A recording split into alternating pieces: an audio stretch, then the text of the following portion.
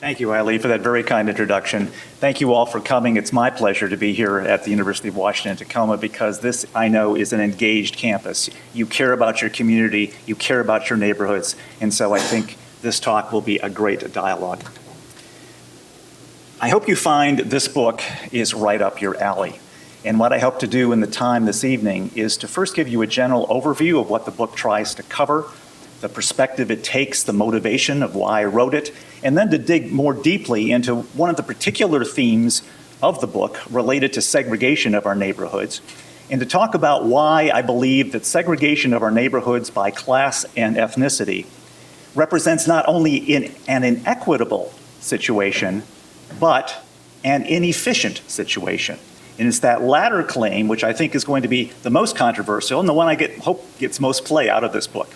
And then, of course, I not only tried to describe that the egg is rotten, but I tried to lay a fresh one, i.e. I provide some policy options for how we can improve our palette of neighborhoods. But that's forthcoming. So here we go. This book attempts to look at 6 fundamental questions related to neighborhoods. What are they? How do we form expectations about them so we can move and invest in sensible ways?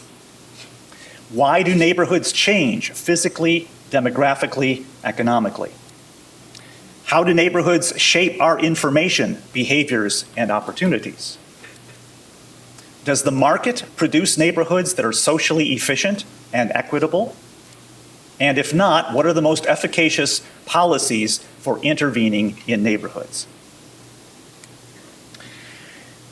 What I tried to do in this book is to pull together multiple disciplines, which of course is the heart of urban studies programs, which we have been advocates for before our birth. Yeah, before our births. And so what I tried to do is to pull together lessons from all of those disciplines and perspectives that I thought were valuable to get a holistic understanding of this action related to neighborhoods. So from economics, I drew the notion of the importance of markets, of driving these things in the ground. Sociology, the notion of social structure is an important role player in this saga. Geography obviously contributes to the notion of where things are matters crucially.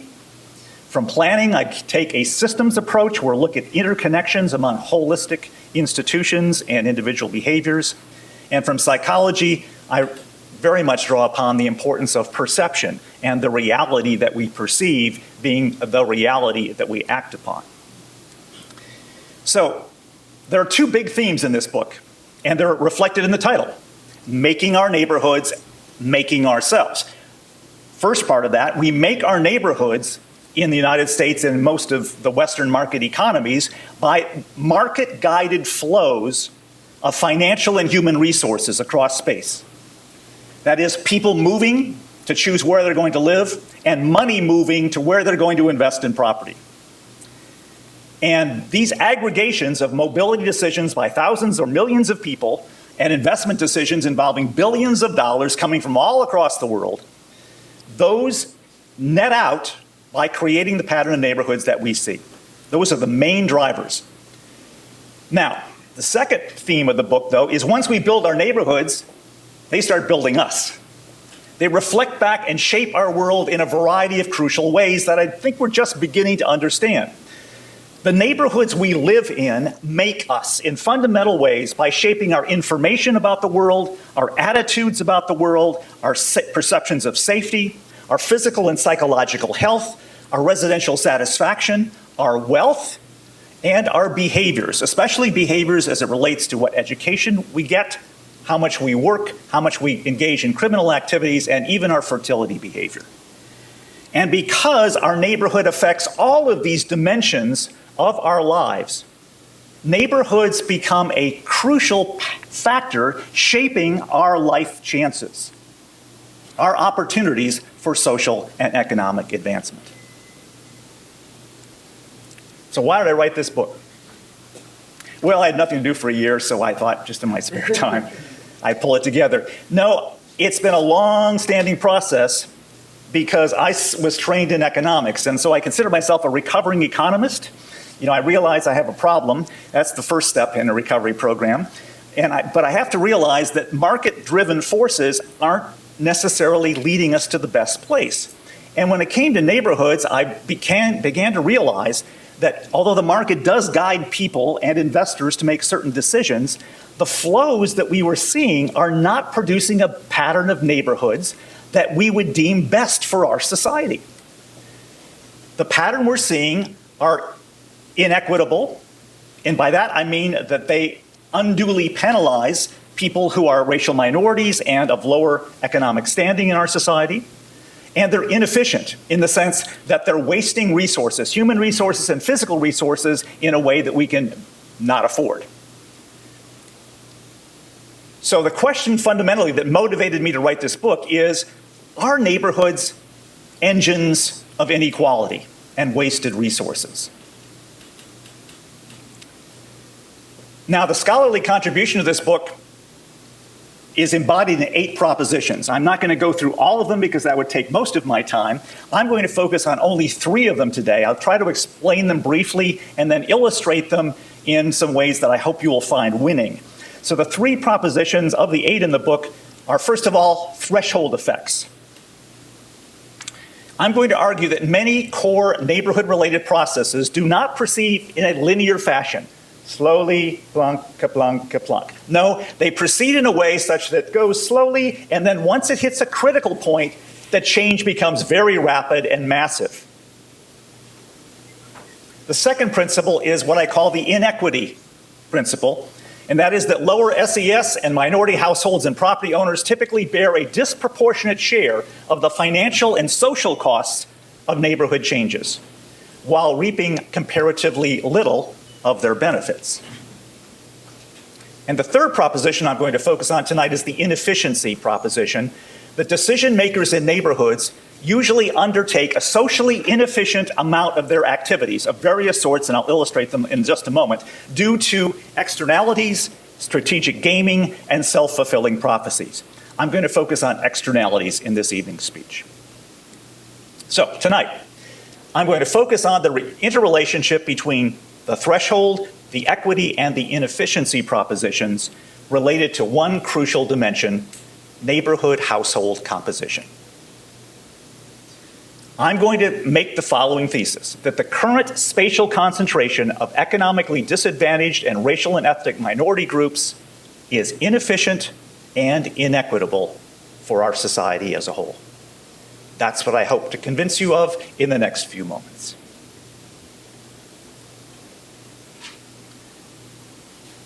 Now, the efficiency rationale is what I think is the most interesting of all of these. Because we know that we are in a politically polarized time, and we know that the left, when making all sorts of political policy arguments, tends to resort to equity arguments. We need to do this for fairness' sake. And that's not wrong. And folks on the right often tend to take an economist perspective and just look at things from an efficiency standpoint. Is it make the economy run more smoothly? Does it make resources more productive to make this policy decision? That's an efficiency argument, and that's not wrong either. So what I hope to do tonight is to make the traditional liberal, it's fair to do it this way argument, but also to make the non-traditional right-wing argument that it's not only fair, it's enlightened self-interest to do it this way. Specifically, I'm going to suggest that the old maxim promulgated by Adam Smith in 1776, that the market works like as if guided by an invisible hand, that all these individual autonomous actions of people will get us to the greatest good for the greatest number for society, that invisible hand simply doesn't work when it comes to American neighborhoods. That is to say, in this case, the invisible hand is raised and it's making a rude gesture. I will not replicate that. Now, the foundations, the concepts that I'm going to be building off of tonight, you need to understand. So, the inefficiency proposition is based on some important concepts that I need to unpack. First of all, when I talk about efficiency here, I'm going to talk about a notion called Pareto improvements.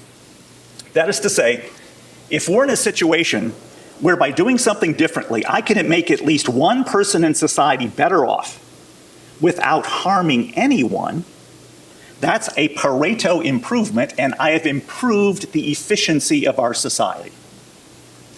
So what I'm going to be basing this efficiency notion on is that we can have a different distribution of people across neighborhoods that will result in gains to many people and harms to no people, and therefore improve the overall efficiency of our society. The second concept is that the current pattern of neighborhoods is inefficient primarily due to externalities. $1,000,000 word. Externalities are the indirect costs or benefits that flow to other people that are not directly involved in the behavior or the decision. So for example, if I decide as a homeowner to paint my house that was pretty run down prior to that, I'm creating positive externalities for my neighbors. They don't pay for the fact that I'm painting my house, but they certainly benefit from it when they look at it, and it probably even benefits their property value, by the way. That's a positive externality that my actions created. It's external to me, though, because when I did it, I wasn't just thinking I was going to make my neighbors happy. I was doing it to make myself better and my property values better. A negative externality goes the other way. I engage in a particular behavior that I want to do, like speaking very loudly in this mic, even though it makes everybody else quite unhappy. That was a negative externality. And when it comes to where people reside in a metropolitan area, I'm going to suggest that there are major externalities associated with those residential patterns. And the third pillar upon which my argument rests is this, that different groups in different neighborhood contexts create nonlinear externalities by their presence via multiple causal mechanisms. The key here is nonlinear externalities, meaning that the amount of external good or bad stuff that individuals are creating by their residential decisions isn't constant for everybody doing it. Past some threshold concentration of people, the amount of externality that the next person coming in creates gets bigger, and then subsequently bigger, and subsequently bigger and bigger. And it's this notion of nonlinear externality which is the key player in this story. I'm going to demonstrate nonlinear externalities in a variety of ways upcoming. So, as I just suggested, threshold or nonlinear externalities are needed to justify this proposition about neighborhoods being inefficient. The distribution of people across neighborhoods only has efficiency implications if the externalities generated by one or more groups change in a non-linear fashion once the percentage of the group in that neighborhood exceeds a critical value. Let me go through some alternatives here so that you can start to get an intuitive sense, I hope, of what argument I'm building here. Let's take different types of externality possibilities and see what it implies for people, mobility decisions, and externalities they might generate for their neighbors. So let's start with the situation where each individual, when he or she plops himself down in a neighborhood, creates a constant externality for the neighbors. It's either a good thing or a bad thing. At this point, we don't need to care. So the first person of a particular group that comes in creates a constant good or bad thing for the neighbors, and the second person who is in the similar group comes in and generates the same positive or negative externality for the neighbors, and so forth, on and on and on. That's the kind of world I'm speculating about in this thought experiment. Now, if that's the kind of world that we're living in, what does that mean? It means that any and all distributions of this group X, whoever this group happens to be, across the neighborhoods are equally socially efficient. Because if we move one person from one neighborhood to another neighborhood, that person takes away his or her externalities from the neighborhood from whence they moved and adds it to the neighborhood to which they move, and there's no net change for society. What one neighborhood gets, the other neighborhood loses. That's not a Pareto improvement. We have a loser and a winner.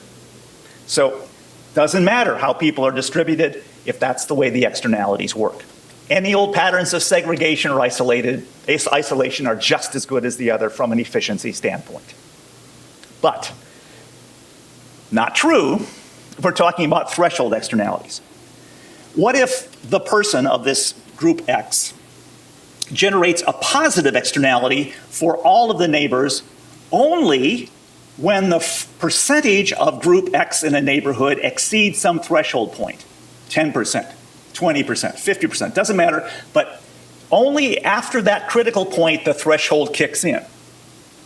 Now, under those circumstances, what would be the most efficient distribution of these type X people across our neighborhoods?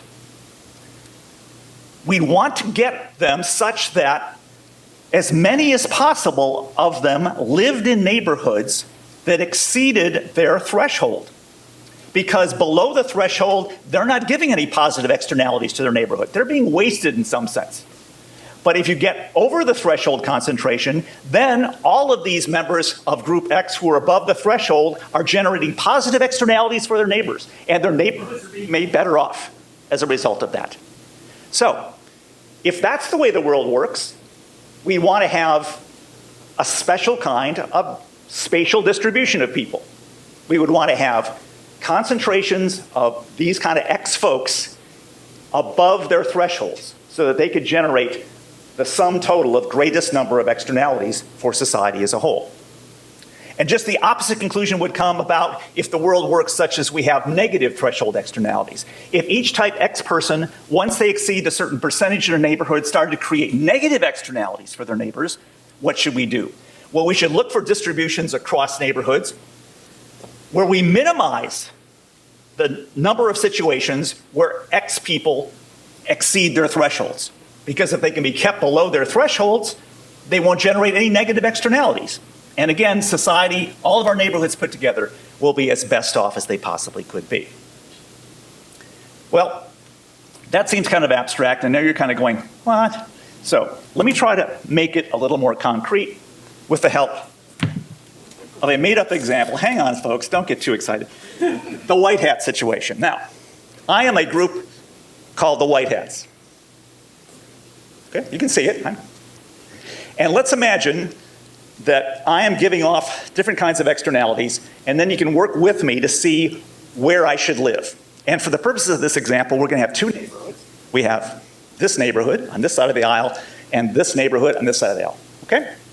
Now let's imagine that I'm going to replicate the first case, where I carry with me, and all the other white hats carry with me, a fixed amount of externality. Let's just say it's a positive thing, because I'm wearing a white hat after all. So imagine that if I join this neighborhood right here, and I sit down, and I'm a resident in this neighborhood, I give my positive externality to all my neighbors. I hope you're happy. It's a fixed amount of externality, and any one of my white hat neighbors who would fill these other vacancies would equally give a fixed amount of this externality to this lovely neighborhood. You with me so far? Okay. Now, what if I move to the other neighborhood? Not quite as fixed. Does that improve social efficiency? Thank you. That neighborhood just lost my positive externality, so you're worse off. These neighborhoods are now giving you a positive externality, but it's a zero-sum outcome. Negative there, positive here. It doesn't really matter under these circumstances where I live from an efficiency standpoint. Because me and my white hat kin, I'm going to make every neighborhood good to the extent that I make another neighborhood not good because I'm zero-sum trade-off. If that's the way the world works, we don't care where a group white hat lives. But now, in here I need my handy assistants. Stand up, handy assistants. Now, group white hat consists of three of us. And we are now going to have a different kind of externality as part of our game. Now we're going to have a positive externality that only occurs when our concentration in a neighborhood is 3 or more. Okay? All right, so could Anid, you sit back in your chair. So Anid sits in this neighborhood. You can sit in your chair. My neighborhood. Okay, so let's imagine we choose this as our residential allocation. Ali and I are giving good positive externalities here. Anid's giving good positive externalities here. Can we make the world better if I just switch neighborhoods? No? No? Okay. No? Because I'm not up to the threshold yet. Actually, we're not giving positive externalities yet. I was wrong. I rushed it because we haven't hit our concentration points. We're just folks with white hats, but we're not creating any good things for our neighbors. And we still didn't create good things for any neighborhood, so just switching people around 1, 2 here is the same situation we had before. It doesn't make society better off. But come on over here, my friend. Now, what if we have three white hats in one neighborhood? Aha, we've exceeded the threshold. And now, finally, we have some positive externalities for this neighborhood. Is that an improvement in overall social efficiency? Yes, because he wasn't doing anything over there. He was below the threshold.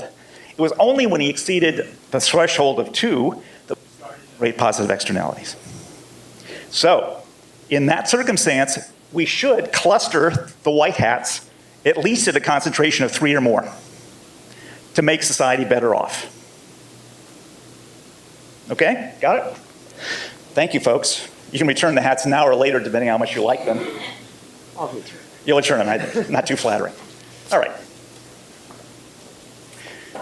So it's that simple metaphor that's going to have powerful implications for the real world, believe it or not. Here's the real world. Well, as much as econometrics is the real world. There have been a variety of studies that are reviewed in the book about how children, youth, and adults respond in different kind of neighborhood contexts in terms of the concentration of poverty in which they live. And these studies are remarkably consistent in the conclusion. They conclude that if you're measuring a whole variety of likelihood of getting into social problems, whether it be to commit crimes or to drop out of school, things that you wouldn't like to see happen in a neighborhood, those probabilities of getting into these socially problematic situations rise dramatically when neighborhoods exceed 20% poverty. It's a classic example of a threshold externality. Something bad happens in these neighborhoods that exceed 20% poverty such that the rate of social problems gets dramatically higher. Interestingly, these studies also tend to show, however, that after the neighborhood exceeds about 40% poverty, it doesn't get progressively worse. It's pretty bad, but it doesn't get progressively worse if poverty then exceeds 50, 60, 70%. So that's one piece of evidence that looks at behaviors of individuals. Another very consistent piece of evidence comes from a study that my colleagues and I did about property value changes as the poverty rate of a neighborhood changes. And again, the same mirror image pattern happens, but the same story of a negative threshold externality is coming to play. This study shows that property values in a neighborhood, which reflect a lot of conditions in that neighborhood, including crime, delinquency, and so forth, only start to fall when the poverty rate exceeds about 15%. And then as it exceeds 20, it starts to drop off rapidly, but again, then tails off progressively less and less as the poverty rates get really extreme. So both of these suggest that the world works like a negative threshold externality related to poverty concentrations. Well, these are nice graphs, George, but you say they're not drawn to scale. What kind of inefficiency are we talking about here? What kind of severity of problem are we talking about?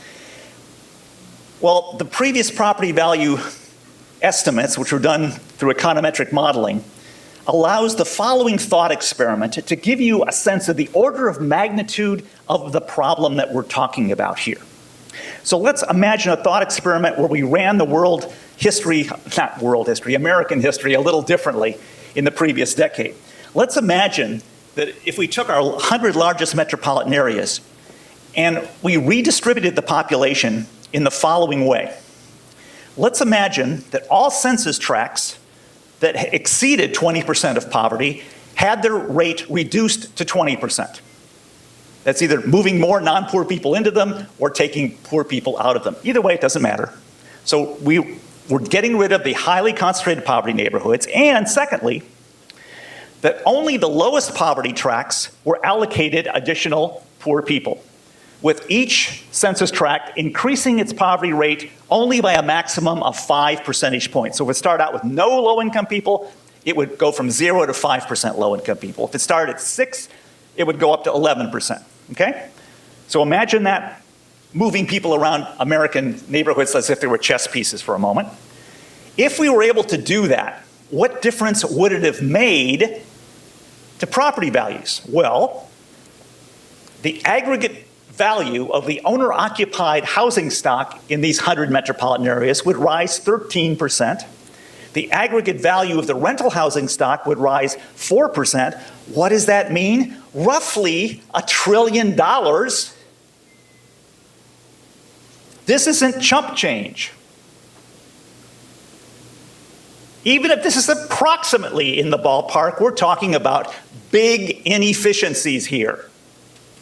People are having very big losses associated with the present situation of concentrations of disadvantaged neighborhoods.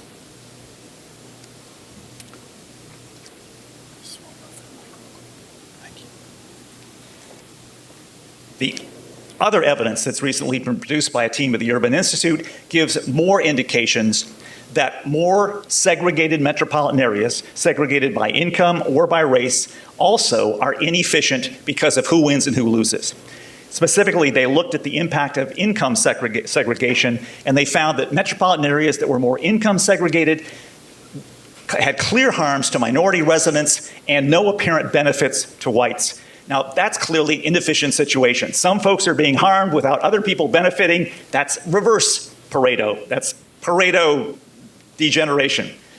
And they also measured the effect of racial segregation on metro areas, and again, even more powerfully, found that more racially segregated metro areas were harmful both to minorities and to white residents, believe it or not. So it's clear that our patterns of our neighborhood population distributions are not benefiting Americans. They are hurting Americans in a variety of ways. So I've just given you an efficiency argument of why we have a rationale for intervening at neighborhoods. Clearly, there's an equity rationale as well. The American Institute of Certified Planners has in its code of ethics that we as planners and professionals should work to make sure that our plans for neighborhoods disproportionately benefit lower income people and people of color.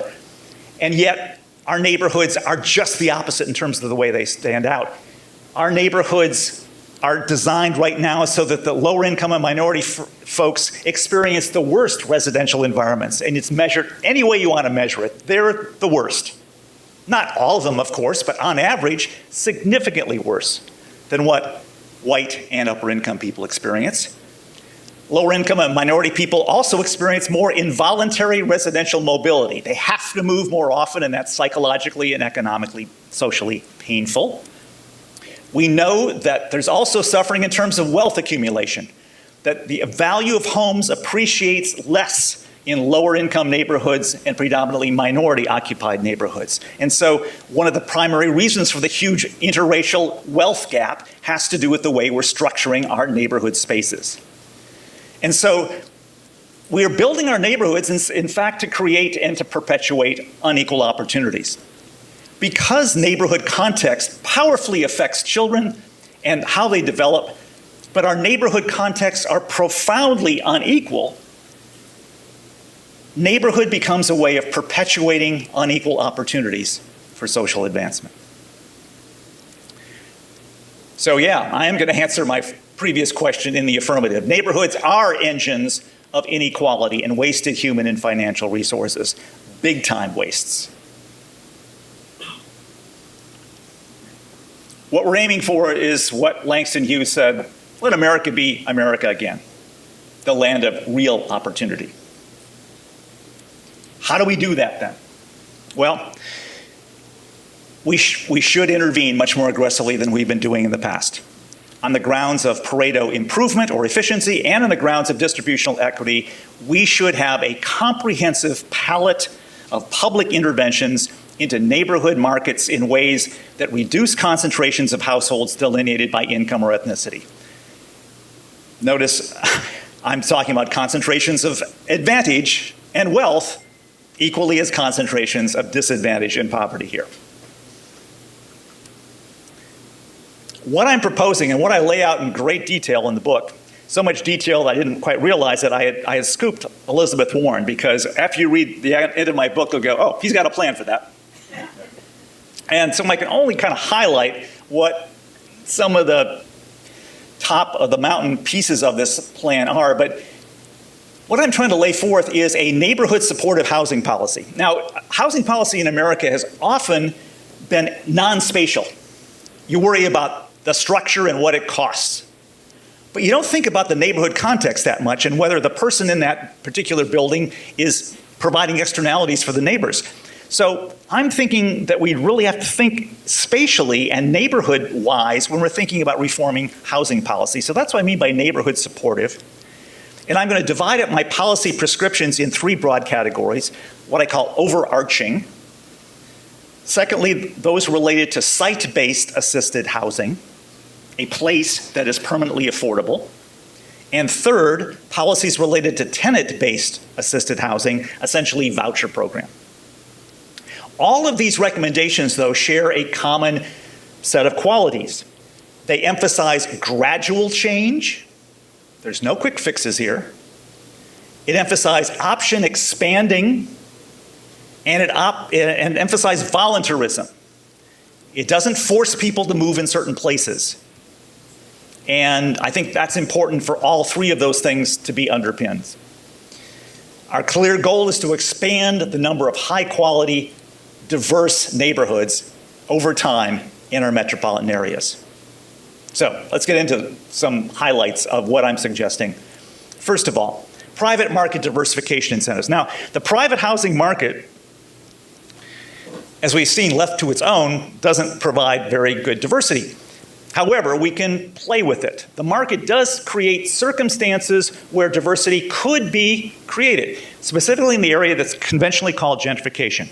We know that neighborhoods often occupied by lower income and or minority groups are the target of redevelopment activities, which eventually, if left unchecked, may completely displace the original population and lead to a higher income and whiter population taking over the place. Well, for a while, as that process happens, you could imagine a diverse situation becoming stabilized. And you could do that in a variety of ways by locking in affordability in that location, by putting site-based assisted housing into the neighborhood before it completely gentrifies, thus preserving housing options for the original residents. Or you could target vouchers to that neighborhood so the original residents could, in principle, stay as the buildings rise in their rent.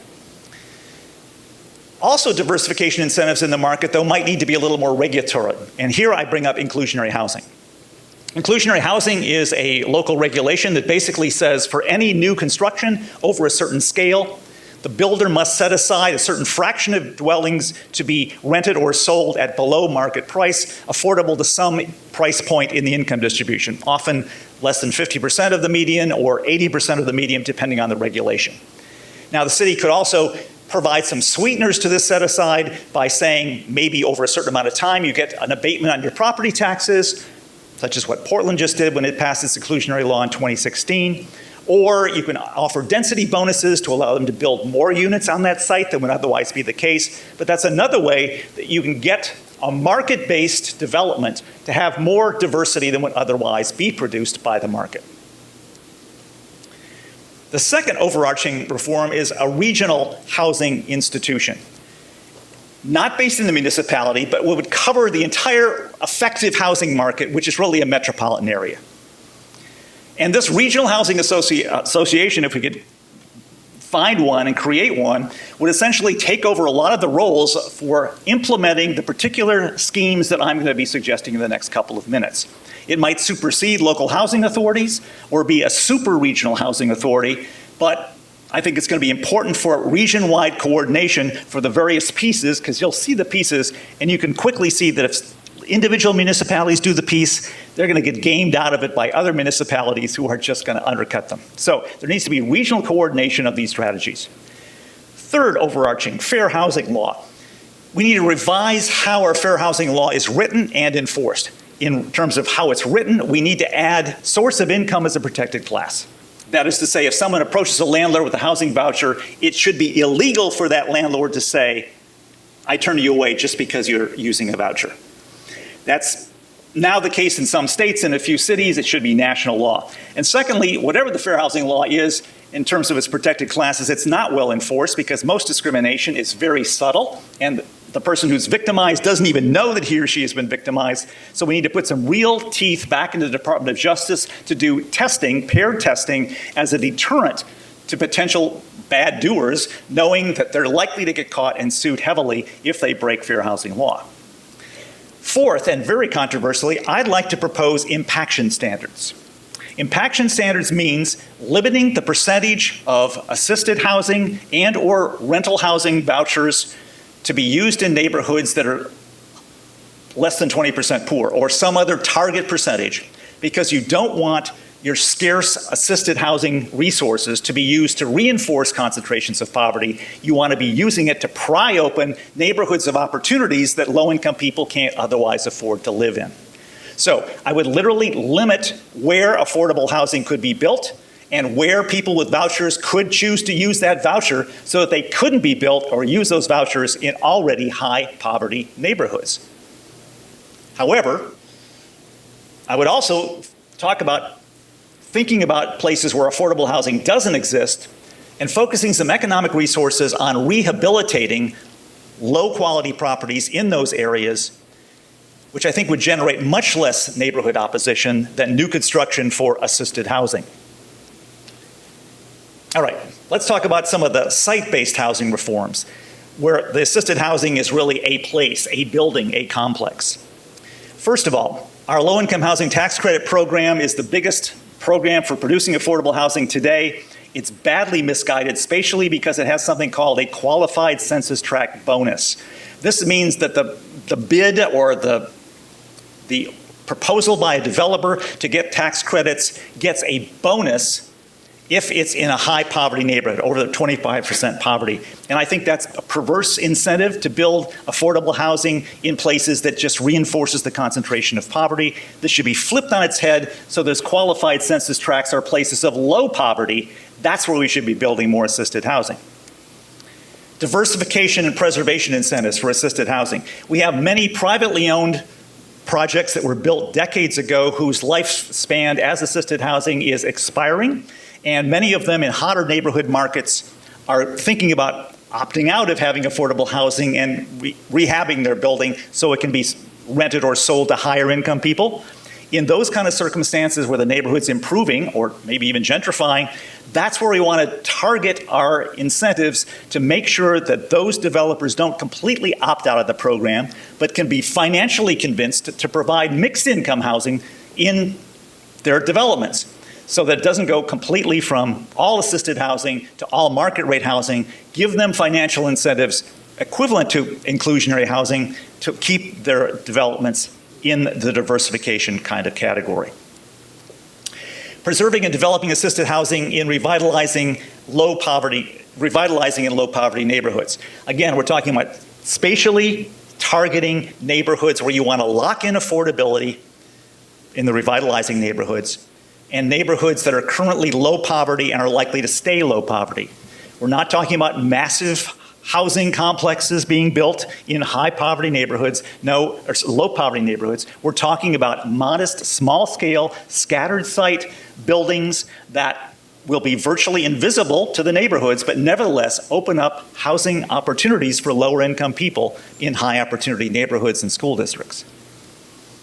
And finally, changing the affirmatively furthering fair housing regulations. Now, AFFH was the capstone of HUD under the Obama administration. It basically required jurisdictions applying for community development block grant funds to make sure that they were providing affordable housing options throughout their jurisdiction or meeting fair housing needs. It was toothless. It's still relatively toothless. In fact, it doesn't really exist now because under the Trump administration, HUD suspended that regulation. Anyway, I would propose when we get a different president that we make it a little more powerful.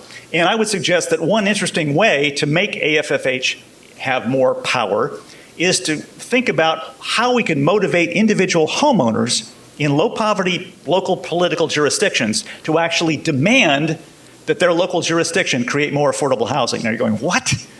Why would they do that? Well, guess what? Most homeowners now can't effectively deduct the interest payments on their mortgage anymore because of the increase in the standard deduction after the new 2017 tax law or 2018 tax law.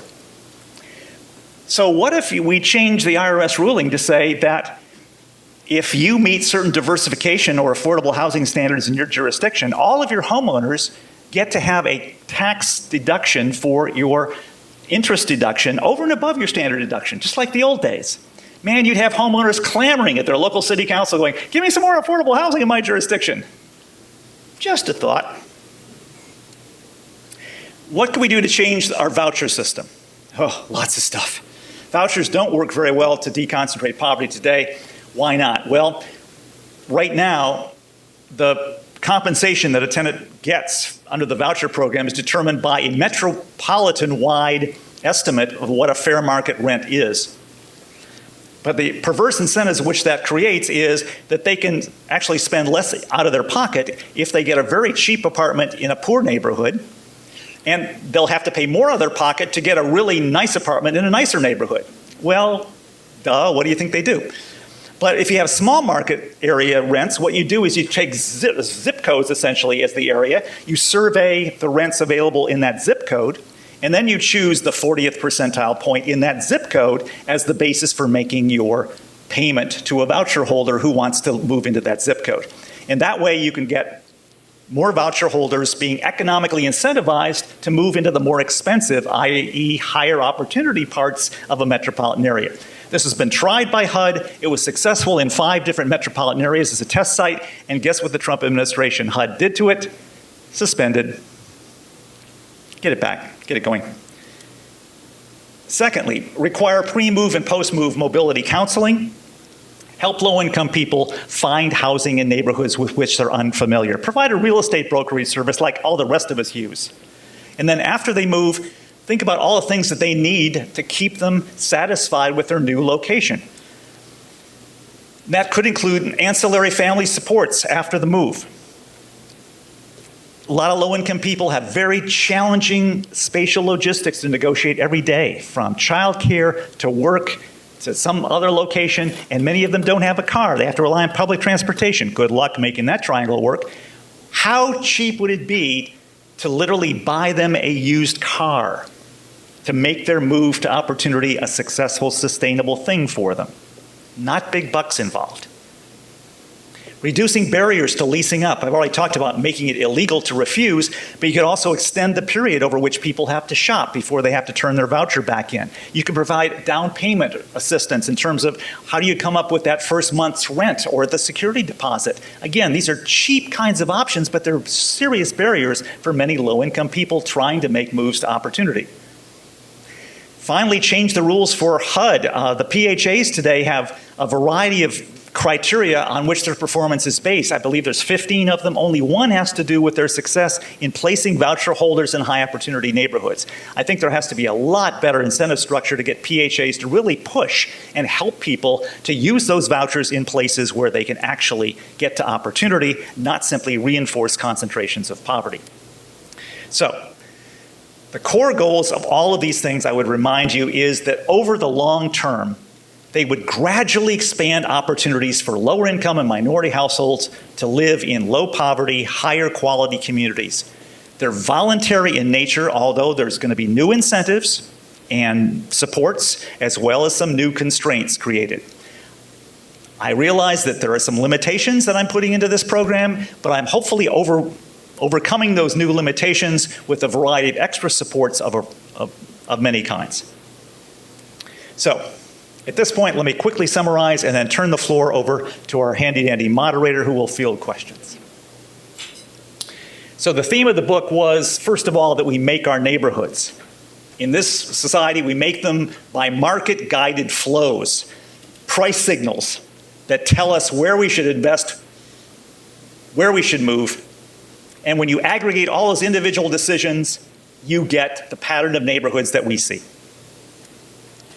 Once we have those neighborhoods in place, the people who live there are deeply and fundamentally influenced by them in terms of the kind of information they get, attitudes, safety, physical and psychological health, residential satisfaction, their wealth, and a variety of behaviors. It shapes their opportunities.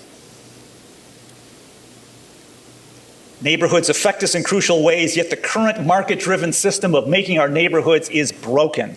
It's inefficient, it's inequitable, and therefore we have a crucial justification for good neighborhood policy and planning. For all of you students out here studying this stuff, this is a justification for your career.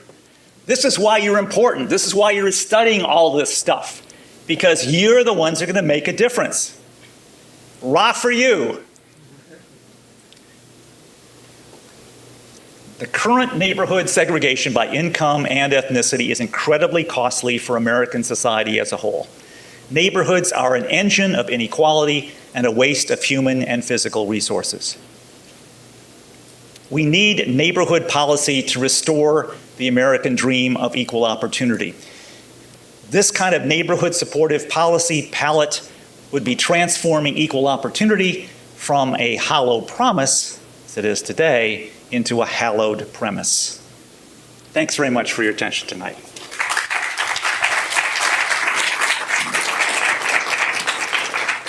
Thank you, George.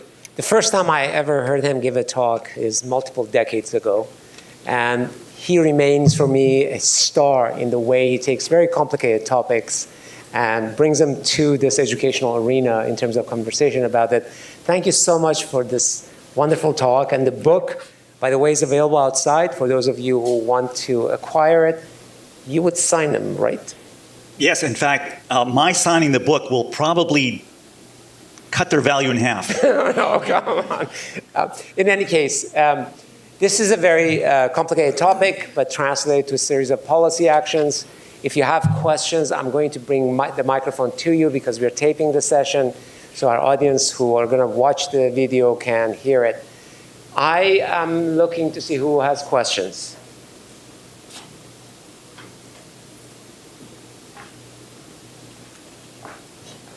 Hello, sir. Your talk seemed to center around diversifying and bringing people out voluntarily from these concentrated areas. I'm curious to how we would solve the problem of bringing the people out that will embrace the change. Because I have twin cousins. They both live in Southeast DC. If you get one, they work for MTA, great guy, whatever. The female, selling drugs, pimping, doing other kind of stuff. So to move one of them to another environment would be great for both involved. To move the other would cause two problems, because now you have people that don't like the idea because they bring in the wrong kind of people to the neighborhood. So how do you deal with who comes out and how they affect their new environment? Terrific question, and I can't pretend to have a completely convincing answer because I don't know what that is in my own head. What you've alluded to is something related to the concept that I raised earlier on. This individual who is, let's say, selling drugs. If that negative externality that this person is generating for his current neighborhood is fixed indelibly in this guy's behavior set, if this guy's going to do the same thing no matter where he lives, then, according to my logic, it makes no sense to take him from one neighborhood and put him in another neighborhood because it's a zero-sum game. The host neighborhood might benefit from his absence, and the other neighborhood, wish he hadn't come there. So, and I suspect there are people like that. But do we believe that people are so fixed in their ways and not malleable? I think there's a good deal of evidence that they're not, that context shapes behaviors. And that if this cousin moved to an area of opportunity, just maybe that cousin would find that a decent paying job close to that new residence is a much better option and probably has a longer lifespan associated with it than doing drugs sales in that new neighborhood. And for adults, the evidence on that transformation is case study, idiosyncratic, but it exists. I can't say how many people, I can't assert that everybody would change, but I think enough would change that it would be a positive gain for society. But then you're talking about adults who have already had a track record, so to speak, who already perhaps have a set of ways about them. Think about the kids that we are molding, not just through family, but through their environment and their social networks and their schools and their institutions. It's those kids where clearly we can have very different outcomes if we can think about changing their residential context early in their lives. Ali, and then there's one farther down as in that side. Good. On the other side, how do we get those in gated communities that are scared, fearful, how do we convince them that this is positive for them, for the community, for the world? Again, a terrific and very difficult question, because as this book talks about, it is perception, it is fear, it is irrational issues that do drive not just political behavior, but mobility behavior. Like if they come, I'm leaving, right? We've seen that. My one hope is that if we literally could get a regionally coordinated program that has many of the key elements that I outlined, that every neighborhood who right now doesn't have affordable housing in it would have an assurance that you are not going to become a ghetto. You are not going to become a public housing complex. I try to use all the negative things I can come up with, right? All the scare words. You aren't going to become one of those things because there's going to be no more than X% of affordable housing in your neighborhood because, number one, we are guaranteeing because we're going to limit it.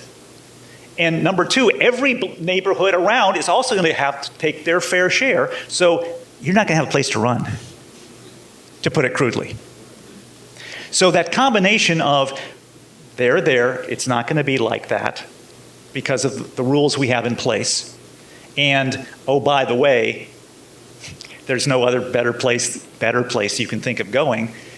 That's, in a crude way, some information that hopefully can get through. Now, once folks move in, there's a variety of community building efforts that should follow on so that groups don't get demonized. But that's a huge challenge, and frankly, the book doesn't talk about that.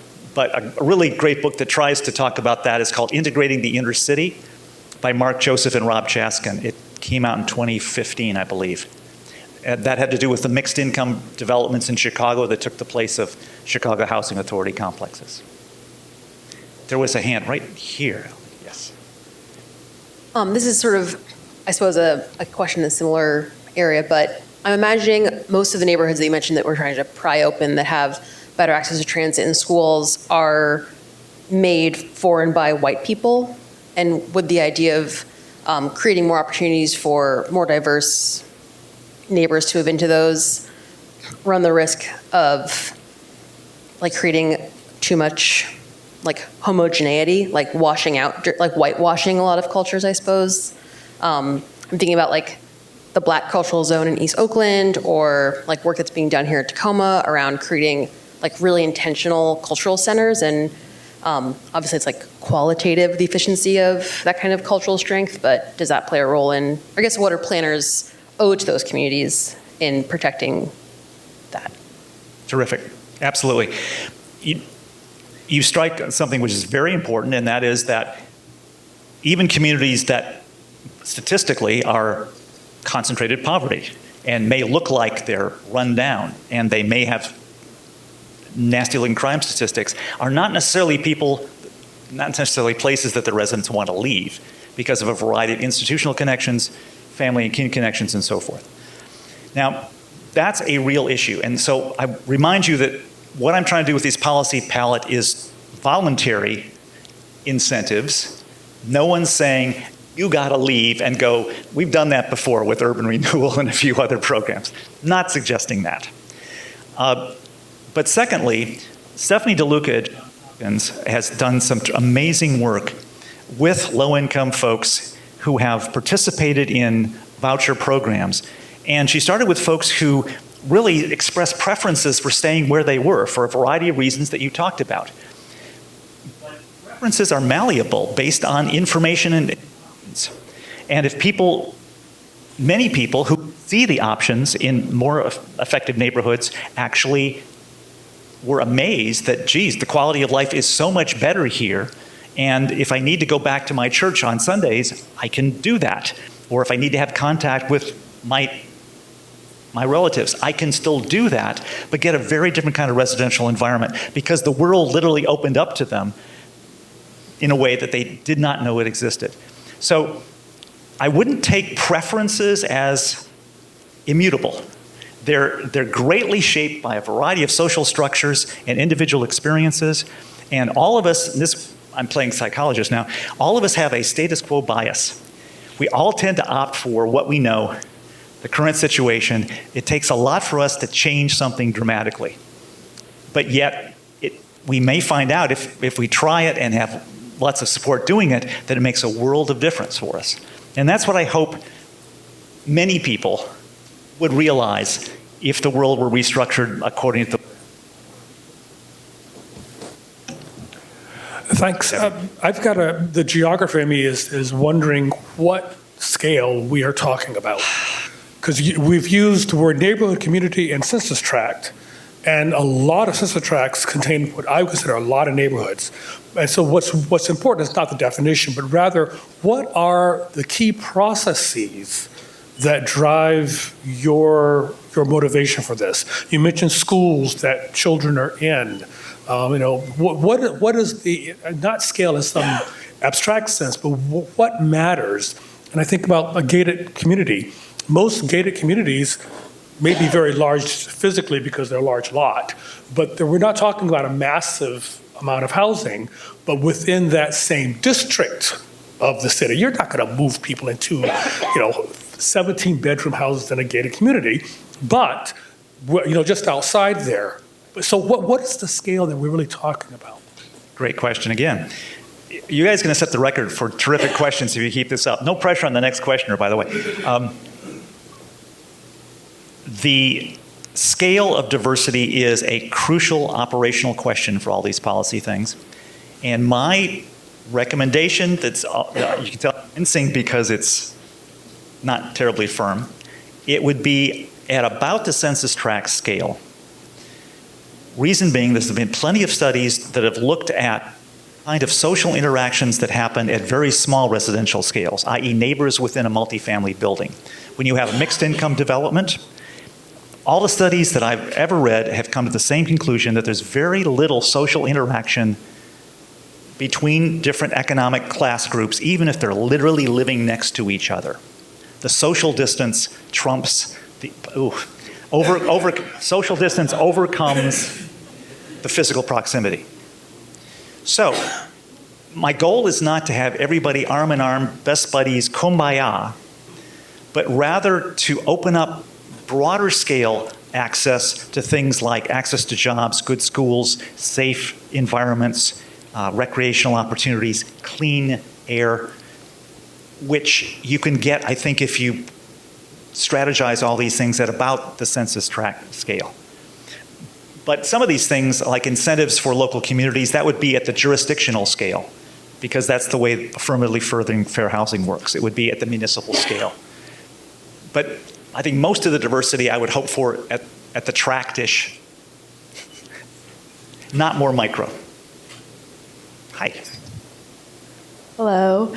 I'm interested in rent control and the policies of rent control. I was kind of wondering your views. You mentioned how a debatement of property taxes could help create affordable market rate developments. Can you kind of elaborate on that a little bit? Sure.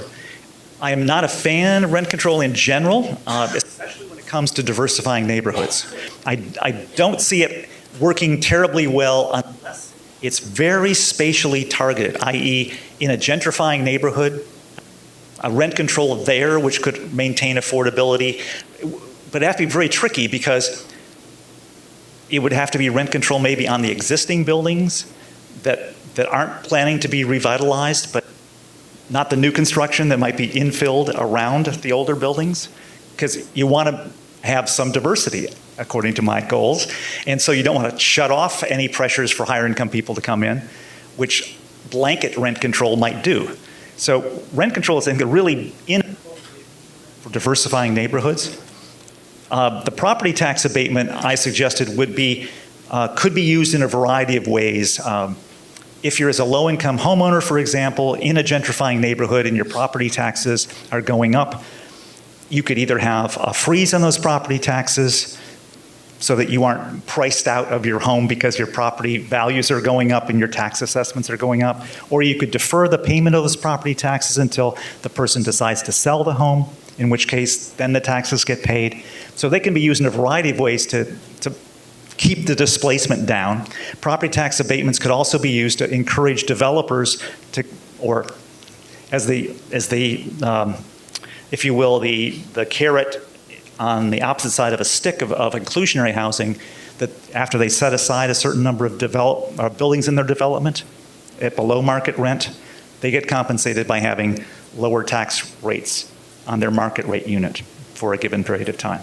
So there's a lot of things you could play with in that realm, but rent control wouldn't be my favorite. Hi. I kind of want to give you a scenario and see if this is what you're talking about. So I live down in Olympia, and the Olympia City Council there has been pushing kind of a comprehensive housing reform called the missing middle, which has been really controversial. There's been a lot of, I would say, like NIMBYism around implementing that. And essentially it's adopting zoning that allows a wider variety of compatible housing types and densities within the city limits. It would increase like ADUs and multi-unit construction within cities while also implementing greater public transportation access within those cities. And I guess my question is, one, is that kind of an example of what you're recommending? And two, if they're the only municipality in the county that's doing something like that, you said there's a real struggle for like individual places making that kind of a change. Kind of like how will that succeed if like Tumwater and Lacey, which abut to Olympia, aren't doing that? Yeah.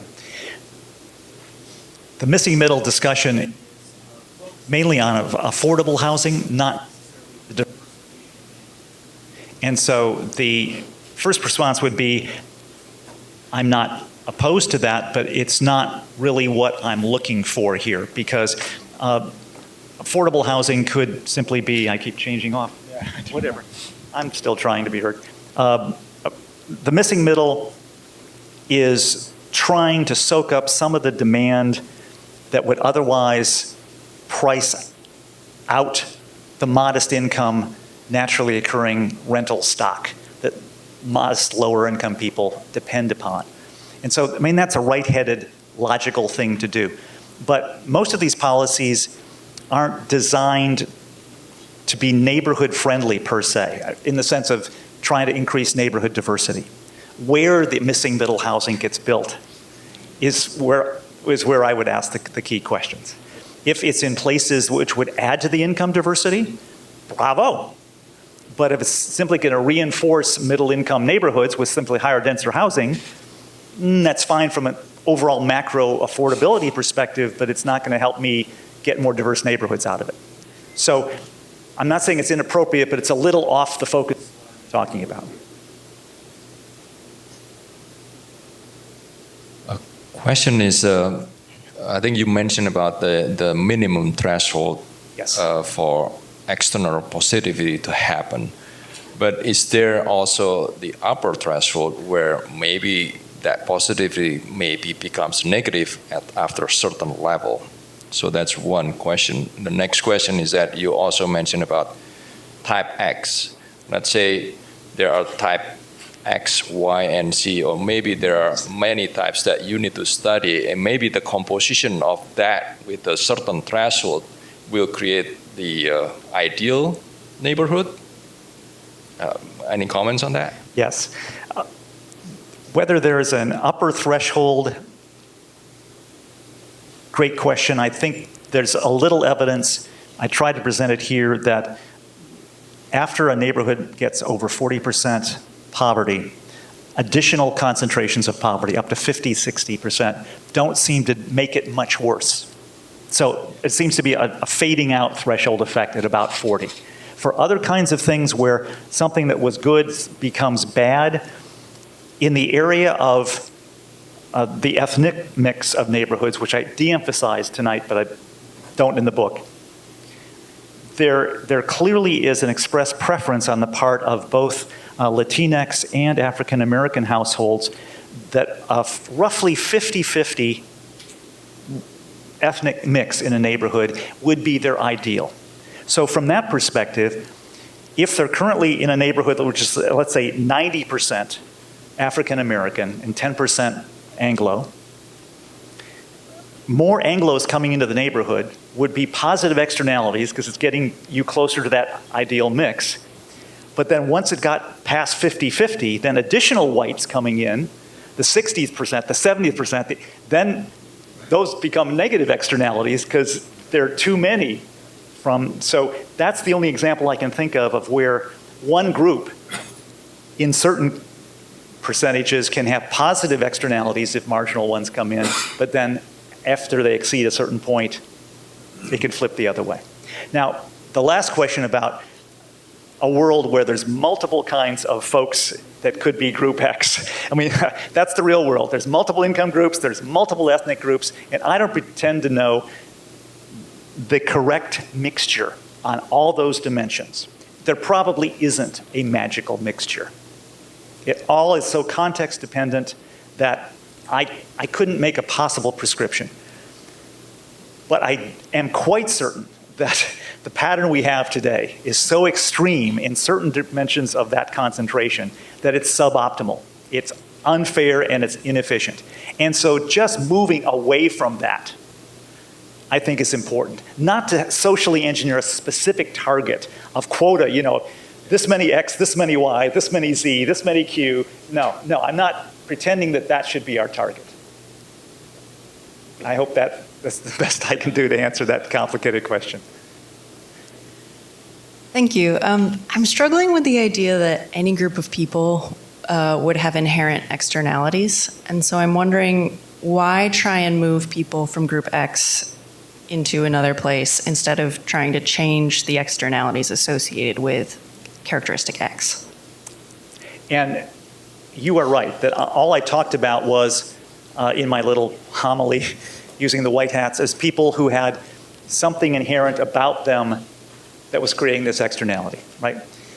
Doesn't have to be that way at all. So for example, the poverty concentration threshold might be that there's something about low-income people, but it also might be there's something about the rest of the world, rest of the outside world, that when 20% poverty is exceeded in a neighborhood, they start behaving differently toward the people in that neighborhood. Oh, you're coming from that neighborhood. You couldn't possibly be smart. You couldn't possibly be moral. You couldn't possibly be good for this job. And that's a place that doesn't deserve good schools, and it doesn't deserve good recreation because, you know, there are those kind of people concentrated there. So in that sense, the externality is not the behavior of the individual low-income person. It's the behavior of the rest of the institutional structure that's labeling that place inferior. You can still think of that as an externality. It's an externality that's changing the perceptions of some important decision makers and resource controllers in the outside world. So you're right, that I didn't make it clear that I wasn't ascribing the externality to some intrinsic aspect of person of type X. And moreover, in response to your question, even if it was, I'm not suggesting it's immutable. It's social structure and context dependent. So it's much more complicated, but thank you both for your questions, which helped me work through this better. Sir. So I'm trying to think how to articulate this question because it's complex. You touched on education slightly a couple times. We don't have as much a problem in this state with charters, but charters are tearing apart neighborhoods all over the nation. Luckily, we haven't been infected. However, funding of schools is a major issue because you don't improve a school, you need to improve the neighborhood and the funding of the school for it to improve. And so how do we fund lower income neighborhood schools to improve the money available to improve the education without advancing the whole neighborhood? So there needs to be some sort of a plan to improve and invest in those neighborhood schools, because then they're a magnet to people coming in. So we're not trying to force people in, we're drawing them in through the quality of the education, but that can't be done based on the socioeconomic circumstance of that neighborhood alone. There has to be some other funding sources to improve that. So I don't know if that makes sense, but it does to me. Yeah. Thanks for that question, because it does allow me to riff a little bit more on what all this means about education, which you're right, I just scraped the surface on. So yes, if we had imagine a world where neighborhoods didn't have concentration of slums and vacancies, and I spent 20 years in Detroit, I mean, that's a city, and of course it has no tax base as a result of that, and it can't support good quality schools or any other kind of good quality public services. It goes beyond schools. But if we just eliminated those kinds of places, we could imagine much more fiscal capacity equality across our jurisdictions. So that's a good side effect of this. Secondly, if we stuck to a world which is roughly catchment area based for school attendance, we know there's lots of cross-district movement that's possible. But if we have any kind of catchment-based school system, again, if you had a more diverse palette of neighborhoods by ethnicity and class within that catchment area, lots of studies have shown that there's threshold effects in classrooms, and that shares of minority and low-income students in an otherwise higher-income white classroom benefit dramatically without slowing down or holding back in the student body. So again, the thresholds come to play in the educational classroom environment as well. The bigger question, of course, for school funding, clearly you don't have to have every local school district being funded on its own fiscal geography. You can have states, many states have gone to total state funding of schools with per capitation amounts for each individual student, no matter what district they're in, which has done a lot to equalize, but still some richer districts can top up the expenditures. And they do. And so you still have great inequalities in the kind of quality of school you get across jurisdictions. But again, hopefully, if this scheme were put into place, those would tend more naturally, without draconian kinds of equality measures, naturally get eroded. That would be my hope. You'd see these positive spin-offs for the quality and equality of our educational opportunities as well. We have time for 2 brief questions and answers, so I have to give a brief answer too? Golly, come on. I emphasize that. I hear you. Okay, I will make my question very short. In Seattle, we have a program or ordinance that was just passed, which is called mandatory housing affordability. The concept of affordable housing is a beautiful concept, but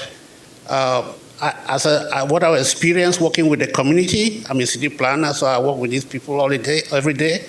I found out that people who build buildings and who said they have to give a percentage to affordable housing, they find it difficult to accept that. So they choose to pay into the fund and provide affordable housing. What do you think that should do? How do you think that should be approached?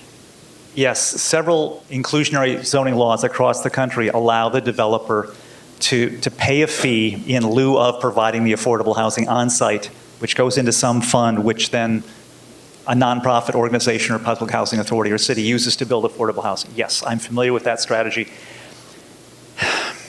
I don't like it. However, sometimes it might make sense if the fee is appropriately high enough.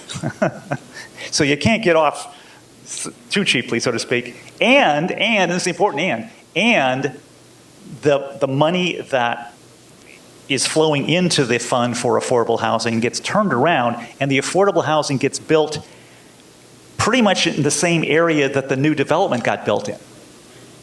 And that's the harder thing to guarantee, because sites in high demand area are expensive and they're hard to come by sometimes. So if there's a quid pro quo spatially, then I don't mind that set aside, but it's tougher to enforce in many places. And that's why in certain places I'd rather they didn't have that opt-out. I think it's important to have the diversity in that geography of that building. I have two questions. One is, how much would all of your reformation policies cost? Not a lot. Many of them have to do with changing rules and regulations that aren't budgetary items per se. It talks about how to change where current money is being spent for example, assisted housing, and where voucher holders can go and use their vouchers. So it's really not talking about new major appropriations. My one idea about how to incentivize local communities to want assisted housing by allowing them deductibility of their mortgage interest payments, that would have a monetary hit on the Treasury. But it's different than a budgetary allocation. That would be just less tax revenue coming in. But I haven't tried to cost out the entire thing, but it's not all that expensive, especially when you consider that $1 trillion number that I put up there in terms of what our current system is implicitly costing us. But it's not coming out of any federal budget, so it doesn't look like it costs anything, right? But our society is paying a huge price for the status quo. So let's not just talk about the cost of the fix. Let's talk about the cost of the problem as well. Second question. The second question is, how do I frame this? So we talked about the positives of all of these policies. Do you perceive any negatives? I know it's hard because this is your brainchild and you may not want to speak negatively about it, but do you have any? Yes, it goes against the grain of a lot of entrenched political interests, and that means it's going to be tough to enact. And the challenge here is that although the pieces of the policy are intentionally designed to be, they work incredibly well together if they're all in place. Getting them all in place at the same time is going to be tricky.